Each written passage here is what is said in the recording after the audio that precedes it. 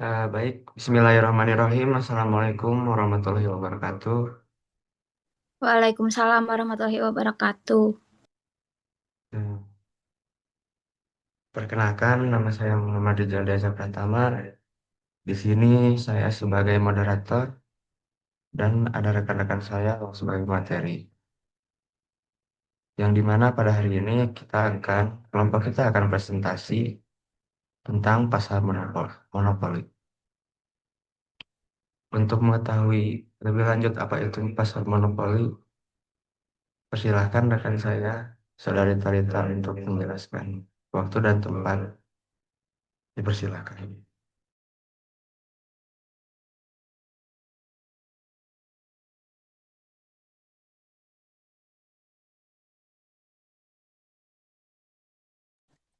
Baik, di sini saya akan menjelaskan tentang definisi pasar monopoli. Pasar monopoli adalah struktur pasar di mana satu produsen menguasai seluruh penawaran barang atau jasa, sehingga konsumen tidak punya pilihan lain karena tidak ada produk substitusi dekat. Produsen menjadi price maker yang bebas menentukan harga tanpa terikat persaingan. Kondisi ini membuat konsumen bergantung pada satu penyedia, sementara monopoli biasanya terbentuk karena hambatan masuk yang tinggi, seperti hak paten, penguasaan sumber daya, teknologi khusus, atau aturan pemerintah. Next.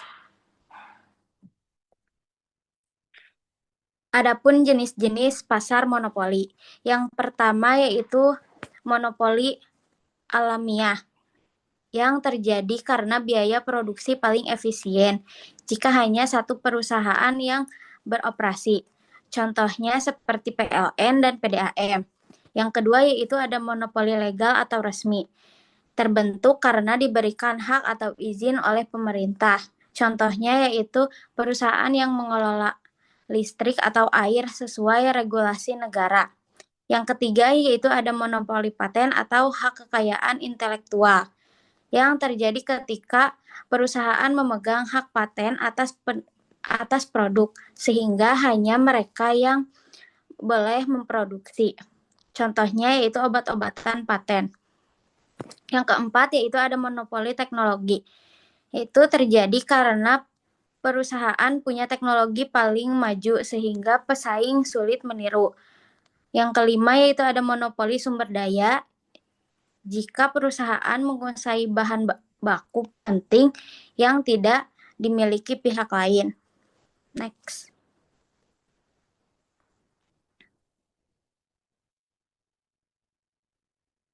Selanjutnya ada karakteristik pasar monopoli.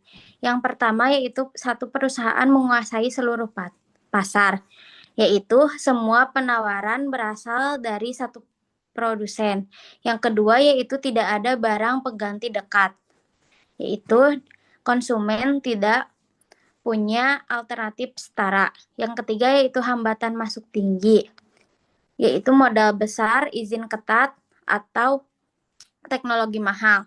Yang keempat yaitu produsen sebagai price maker, yang dimana perusahaan bebas menentukan harga. Yang kelima yaitu ada kurva permintaan menurun, yang dimana harga naik, permintaan turun. Yang kelima yaitu ada MR lebih rendah dari harga, karena untuk menjual lebih banyak harga harus diturunkan. Saya kembalikan lagi ke moderator.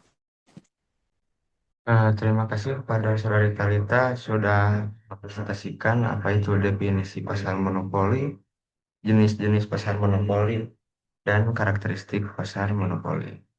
Selanjutnya akan dijelaskan oleh rekan saya, Sidki. Waktu dan tempat dipersilakan.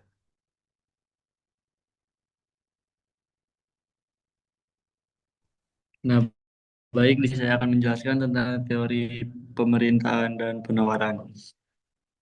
Dalam pasar monopoli, perusahaan menentukan jumlah produk dan harga berdasarkan prinsip ekonomi. Ada titik paling menguntungkan terjadi saat MRMC pendapatan marginal atau biaya marginal. Setelah jumlah barang ditentukan, harga diambil dari kurva permintaan. Nah, ada juga karakteristik grafik yang dimana isinya ada kurva permintaan menurun, harga naik, sampai permintaan turun. Lalu ada kurva MR selalu di bawah kurva permintaan, ada titik MR sama dengan MC, menentukan jumlah produk optimal, ada harga kemudian diambil dari kurva pemerintahan pada jumlah tersebut. Nah, hasilnya harga monopoli biasanya lebih tinggi dan jumlah output lebih sedikit dibandingkan pasar persaingan sempurna. Next. Nah, ada juga dampak pasar monopoli terhadap kesejahteraan sosial. Harga tinggi atau bisa disebut dengan konsumen membayar lebih mahal, output rendah, masyarakat menerima barang lebih sedikit, surplus konsumen menurun, kepuasan konsumen berkurang, ada dead weight loss, kerugian total karena ada konsumen yang bersedia membeli dengan harga lebih rendah, tetapi tidak bisa karena harga monopoli terlalu tinggi. Nah, yang terakhir ada efisiensi pasar menurun. Pasar tidak mencapai keseimbangan optimal sehingga terjadi pemborosan sumber daya. Terima kasih. Nah, terima kasih kepada saudara Silky sudah menjelaskan yaitu teori permintaan dan penawaran dan dampak pasar monopoli terhadap kesejahteraan sosial. Nah, sekarang dilanjutkan oleh rekan saya, Zaskia, untuk waktu dan tempat dipersilakan. Baik, di sini saya akan menjelaskan tentang studi kasus dan ilustrasi pasar monopoli. Beberapa contoh nyata monopoli adalah ada PLN yang penyediaan listrik tunggal karena infrastrukturnya besar dan diatur negara. Ada juga PDAM, penyediaan air bersih. Ada juga obat bermerek atau paten. Perusahaan farmasi bisa mengatur harga selama masa panen berlaku. Ada juga KAI di beberapa rute tertentu, hanya satu penyedia transportasi kereta api. Ilustrinya, jika biaya produksi murah, perusahaan tetap bisa menjual dengan harga tinggi karena konsumen tidak punya pilihan. Hal ini menyebabkan dead weight loss, yaitu sebagian konsumen yang seharusnya bisa membeli tidak dapat jadi beli karena harga terlalu mahal. Lanjut, ada kebijakan dan regulasi pemerintah. Pemerintah melakukan pengawasan untuk mencegah monopoli yang merugikan masyarakat. Contohnya ada Undang-Undang Dasar nomor 5 tahun 1999 tentang larangan praktik monopoli. Ada juga KPPU, pengawasan praktik monopoli. Ada juga penerapan tarif batas atas dan bawah, misalnya untuk listrik. Ada juga membuka peluang bagi pesaing baru bila memungkinkan. Juga ada regulasi paten untuk membatasi monopoli terlalu lama di sektor farmasi. Tujuannya agar harga tetap wajar dan pelayanan tetap berkualitas. Lanjut, ada kelebihan pasar monopoli, yaitu satu, dapat menyebabkan efisiensi produksi dalam skala besar. Yang kedua, karena satu perusahaan menguasai pasar, mereka bisa menekan biaya produksi per unit. Yang ketiga, ada mendorong inovasi, terutama bagi monopoli paten. Yang keempat, ada perusahaan termotivasi melakukan riset supaya bisa mempertahankan hak eksklusif.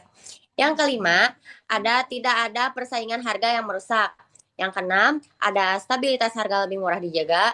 Yang ketujuh, ada pelayanan bisa lebih konsisten. Dan yang kedelapan, ada terutama pada monopoli alamiah seperti listrik dan air. Sekian dari saya, lanjut. Terima kasih kepada saudari Zaskia sudah menjelaskan apa tentang studi kasus dan ilustrasi pasar monopoli, serta dan kebijakan dan regulasi pemerintah dan kelebihan pasar monopoli. Selanjutnya akan dijelaskan oleh rekan saya, Saudara Naufal. Waktu dan tempat dipersilakan.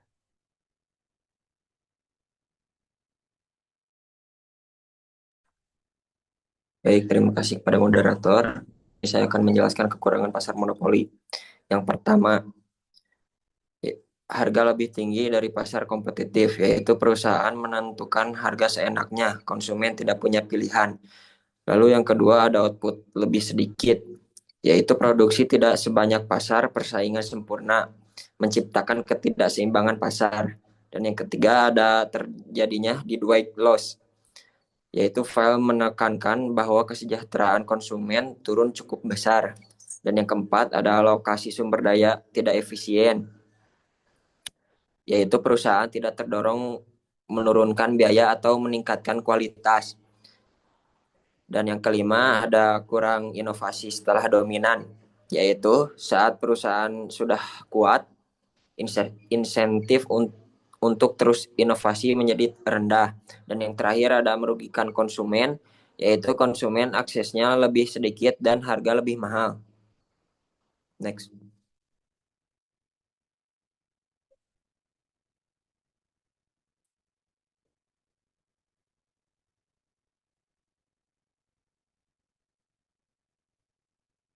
Jadi kesimpulannya adalah pasar monopoli adalah pasar yang dikuasai satu produsen sehingga harga dan jumlah barang ditentukan sepenuhnya oleh perusahaan tersebut. Monopoli membuat harga lebih tinggi dan output lebih sedikit dibanding pasar kompetitif sehingga menurunkan surplus konsumen dan menimbulkan weight loss. Meskipun memiliki kelebihan seperti efisiensi, skala besar, dan stabilitas harga, monopoli tetap memiliki banyak kekurangan yang merugikan masyarakat. Karena itu, peran pemerintah melalui regulasi dan pengawasan sangat penting untuk menjaga agar monopoli tidak menyalahgunakan kekuasaannya dan kesejahteraan konsumen tetap terjaga. Baik, terima kasih. Saya kembalikan kepada moderator. Baik, terima kasih kepada rekan-rekan saya yang sudah presentasi tentang pasar monopoli. Barangkali kita tutup saja dengan bacaan hamdalah. Alhamdulillahirrahmanirrahim. Wabillahi taufiq wal hidayah. Wassalamualaikum warahmatullahi wabarakatuh. Baik. Waalaikumsalam warahmatullahi wabarakatuh.